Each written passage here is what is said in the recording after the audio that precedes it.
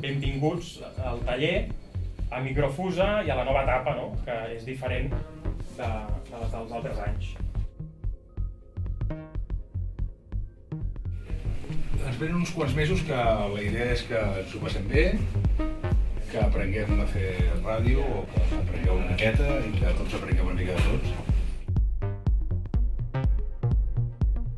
L'experiència és un grau i cada dia intentem ser una mica millors que el dia anterior.